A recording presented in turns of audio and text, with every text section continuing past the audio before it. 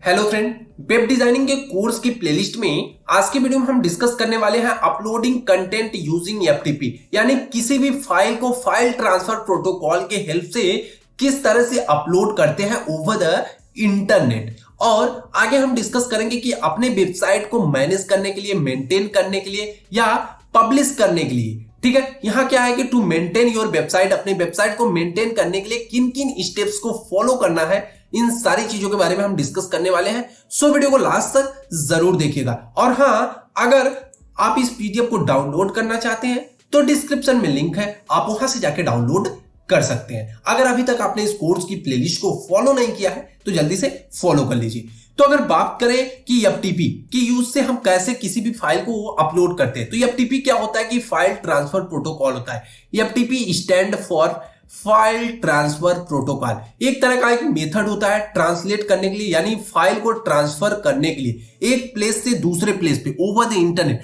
मतलब अपने कंप्यूटर से कुछ फाइल्स को ओवर द इंटरनेट करने के लिए फाइल ट्रांसफर प्रोटोकॉल का यूज हम करते हैं। To upload file via FTP, किसी फाइल को अपलोड करने के लिए हम वाया एफटीपी का यूज करते हैं, ठीक है। You need to special program called an FTP client, ठीक है। जो स्पेशल प्रोग्राम होता है उसको क्लाइंट कहते हैं। अब अगर हम बात करें कि किन किन स्टेप्स को फॉलो करना, सबसे पहले FTP server address. FTP server address क्या होता है कि the FTP address should be, ठीक है, जो भी आपका एफटीपी एड्रेस शुड बी कुछ इस तरह से होगा, मतलब आपका एफटीपी होगा your domain name and .com, where your domain name .com your site internet address, जो आपके वेबसाइट का इंटरनेट एड्रेस होगा वहां पे, ठीक है। अब वहां पे हम क्या करते हैं कि एक यूजर नेम क्रिएट करते हैं। एफटीपी यूजर नेम होता है और एफटीपी पासवर्ड होता है। यूजर नेम क्या होता था? Identical to the system user name, मतलब जब भी हम एंटर करें अपनी फाइल को अपने वेबसाइट के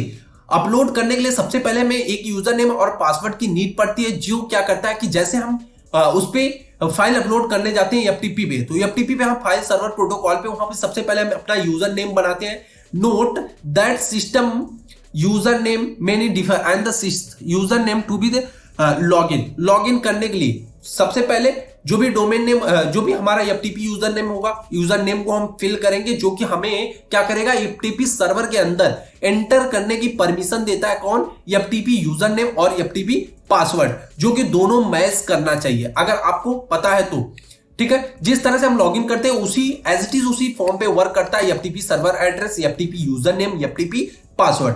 अब अगर बात करते हैं किसी भी वेबसाइट को पब्लिश करते हैं हम किस तरह से एफटीपी का यूज करके, मेन बात अगर एफटीपी पढ़ने का, तो एफटीपी पढ़ने का मेन मतलब यही है हमारा कि किसी भी वेबसाइट को पब्लिश कैसे हम करते हैं एफटीपी के जरिए, ठीक है। एफटीपी के जरिए किसी भी वेबसाइट को पब्लिक कैसे करते हैं, तो सबसे पहले कनेक्ट योर सब्सक्रिप्शन, आपका जो भी सब्सक्रिप्शन, आपका जो भी प्लान है एफटीपी के साथ, जो भी क्लाइंट है, प्रोग्राम है, client program using FTP account user name and password, ठीक है। उसके साथ क्या करेंगे, हम सबसे पहले अपने पासवर्ड और यूजर के साथ एफटीपी के अंदर लॉगिन होते हैं। उसके बाद हम क्या करते हैं, enable the passive mode, passive mode को इनेबल करते हैं। इफ योर बिहाइंड फायरवेयर, जो भी फायरवेल है, फायरवेल क्या करता है, जो भी सिक्योरिटी एनालिसिस होता है उसको फायरवेल के जरिए हम एनालाइज करते हैं। Refer to your FTP client documentation to learn how to enter passive mode, मतलब किस तरह से हम लर्न कर सकते हैं, इसके बारे में आप सारी चीजें देख सकते हैं यूट्यूब पे, गूगल पे, बहुत जगह पढ़ा है। तो अभी एक सिर्फ वीडियो बन रही है, मतलब आप कह सकते हैं सिर्फ आपको एग्जाम में पास कराने के लिए, तो इतनी सारी चीजें नहीं। जब आप प्रैक्टिकल देखेंगे तो उसमें बहुत सारी चीजें डिफरेंट होती हैं थ्योरी पार्ट से बहुत ज्यादा। तो आगे बात करें अपलोड। अब उसके बाद क्या करते हैं, अपलोड द फाइल, जो भी डायरेक्टरी होती है उसमें फाइल को हम क्या करते हैं, अपलोड करते हैं your site and the HTTP doc, यानी hypertext transfer document dictionary. If you use CGI script, जो भी सीजीआई स्क्रिप्ट का यूज करके हम क्या करते हैं, place them the CGI bin directory से। उसके बाद क्लोज कर देते हैं योर एफटीपी सेशन। उसके बाद हमारा जो भी एफटीपी फाइल अपलोड होने के बाद हम अपना एफटीपी सेशन जो भी है उसको क्लोज करते हैं। We can also set up additional FTP account, हम क्या कर सकते हैं, एक एडिशनल एफटीपी अकाउंट को सेट करते हैं। If you need to collaborate on website content with other users, अगर हम किसी और अदर यूजर के साथ उसको शेयर करना चाहते हैं तो। आगे बात आती है कि अपने वेबसाइट को मेंटेन करने के लिए हमने किन किन स्टेप्स को फॉलो करना है। टू मेंटेन योर वेबसाइट, ठीक है, हम अपनी वेबसाइट को कैसे मेंटेन कर सकते हैं, फॉलो द कुछ टिप्स और ट्रिक्स है। सबसे पहले सिक्योरिटी अपडेट्स। सिक्योरिटी अपडेट्स का मतलब है कि सबसे पहले अपने वेबसाइट को मेंटेन करने के लिए हमें निरंतर क्या करना होता है, तो अपने वेबसाइट के ऊपर सिक्योरिटी में अपडेट करना है। सिक्योरिटी में अपडेट मतलब कोई भी अनऑथराइज्ड यूजर आपकी वेबसाइट में लॉगिन न कर पाए, ठीक है। और बहुत सारी चीजें होती हैं जिसको हमें ध्यान में रखना होता है सिक्योरिटी से रिलेटेड, ठीक है। यहां पे हम कर सकते हैं, जो वेब डेवलपर होते हैं, कंपनीज होती हैं, एक्सेस एड्रेस होते हैं, उनके सॉफ्टवेयर होते हैं, सारी चीजें हमें परचेस करके यूज करना है, न कि किसी भी क्रैक वर्जन या फिर ऐसी सारी चीजों का यूज नहीं करना है, इंस्टॉलिंग करना है, ठीक है, जो भी अवेलेबल। उसके बाद plugin and theme updates. Plugin और थीम अपडेट्स का मतलब होता है कि जैसे हमें वेबसाइट के अंदर नई नई फंक्शनैलिटी को प्रोवाइड करना होता है। नई नई फंक्शनैलिटी का प्रोवाइड करना इन द सेंस मतलब कि अगर आपको अप टू डेट रहना है मार्केट के अंदर, आप चाहते हैं कि आपका सॉफ्टवेयर ज्यादा दिनों तक चले, आप मार्केट में ज्यादा दिनों तक रहें, तो आपको जरूरी है कि जो भी प्लगइन्स है और जो भी थीम्स आपकी वेबसाइट के अंदर, उसमें नई नई फंक्शनैलिटी को इंक्लूड करने की जरूरत है। लाइक आपको सॉफ्टवेयर में जैसे keep to up to date रहना है, इंश्योर कंपैटिबिलिटी होनी चाहिए और latest web browser and security patches होनी चाहिए, ठीक है। उसके बाद contents update. Contents update is a most important part of your website, ठीक है। अगर आप अपने वेबसाइट के अंदर कंटेंट को अप टू डेट रखते हैं तो ensure that is the relevant and the accurate, ठीक है। ये एक्यूरेट होने वाला the including the adding new blog post, जैसे नया ब्लॉग होता है, अपडेटिंग द प्रोडक्ट होता है, डिस्क्रिप्शन होता है, रिमूविंग आउटडेटेड कंटेंट। जो भी आउटडेटेड कंटेंट हो जाता है उनको हम रिमूव कर दें। उसके बाद हम क्या करते हैं कि आउटडेटेड कंटेंट जो भी होते हैं, makes your site look unprofessional होनी चाहिए और बहुत सारी चीजें, पोटेंशियल कस्टमर्स होने चाहिए। इन सारी चीजों को हम बहुत ध्यान में रखते हैं क्योंकि जो भी कंटेंट अपडेट्स वाला पार्ट है बहुत इंपॉर्टेंट, क्योंकि हर एक वेबसाइट का एक ही मोटिव होता है। कोई भी यूजर अगर आपकी वेबसाइट के ऊपर आ रहा है तो वो आपकी वेबसाइट से कुछ ना कुछ इंफॉर्मेशन गेन करने के लिए आया है, तो उसको हमें क्या करना है कि इंफॉर्मेशन एक ऐसे वे में डिलीवर करना है जिससे वो इजी टू अंडरस्टैंड हो, ठीक है, आसानी से समझ पाए और इफेक्टिव भी होना चाहिए। उसको लगना चाहिए कि नहीं कि इस वेबसाइट के ऊपर एक अच्छे कंटेंट्स हमें मिलते हैं, तो कंटेंट बहुत ज्यादा मायने रखता है। उसके बाद बैकअप एंड रिकवरी का पार्ट आता है कि बैकअप और रिकवरी हमें हमेशा लेके चलना है अपनी वेबसाइट का, क्योंकि इन केस कभी भी इनफॉर्चुनेटली कुछ भी हो सकता है, ठीक है। आपका सर्वर क्रैश हो सकता है, डेटा क्रैश हो सकता है, सिस्टम क्रैश हो सकता है, तो उस समय हर समय हमें क्या करना है, अपना बैकअप लेके चलना है, ठीक है।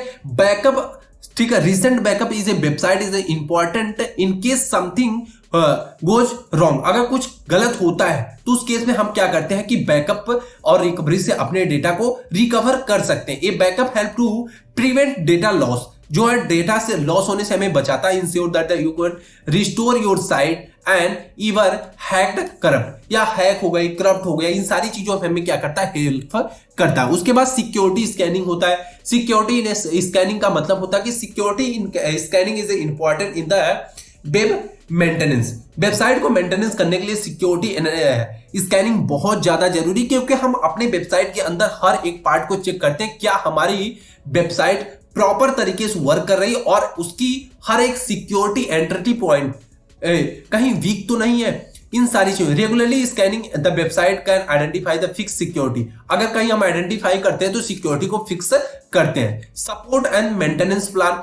सपोर्ट और मेंटेनेंस प्लान हमारे पास होने चाहिए। सपोर्ट और मेंटेनेंस प्लान का मतलब क्या होगा कि सबसे पहले जब भी हम अपनी वेबसाइट को मेंटेनेंस करने की बात करते हैं तो हमारे पास पहले से कुछ प्लान्स होने चाहिए। अगर इन केस कभी कुछ हमारे वेबसाइट में कोई भी प्रॉब्लम आती है तो जो भी हमारा प्लान होगा मेंटेनेंस का, उसको हम एग्जीक्यूट करेंगे। एग्जीक्यूट करने का मतलब है website is always up to date to sign up the support and maintenance plan, जिसके लिए क्या होना चाहिए, मेंटेनेंस प्लान होना चाहिए। The types of the plan usually include all the above services. जो भी ऊपर हमने अभी सर्विसेज के बारे में बताया, सारी सर्विसेज हो सकती है as well as other important services such as web hosting, SSL certification and email support, सारी चीजें होनी चाहिए।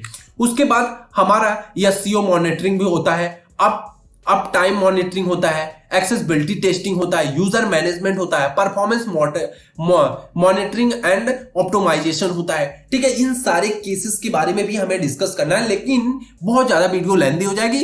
तो आप एसईओ के बारे में हम अभी आगे डिस्कस करने वाले हैं। अप टाइम मॉनिटरिंग हो गई, मतलब हर टाइम क्या करना है, वेबसाइट को मॉनिटरिंग, एक्सेसिबिलिटी टेस्टिंग, कोई भी यूजर एक्सेस कैसे कर सकता है, बिना ऑथेंटिकेट यूजर को एक्सेस करने की परमिशन नहीं है। ठीक है, यूजर मैनेजमेंट होना चाहिए, जितने भी यूजर उनको एक मैनेजमेंट होना चाहिए, परफॉर्मेंस मॉनिटरिंग होनी चाहिए, वेबसाइट में कितने यूजर आ रहे हैं, कितने जा रहे हैं, इन सारी चीजों का मॉनिटरिंग और ऑप्टिमाइजेशन सारी चीजें होनी चाहिए। सो फ्रेंड, आज की वीडियो में बस इतना ही। अगर वीडियो पसंद आया हो तो लाइक, कमेंट और सब्सक्राइब जरूर कीजिएगा। Thanks for watching the video. Thank you, bye bye guys.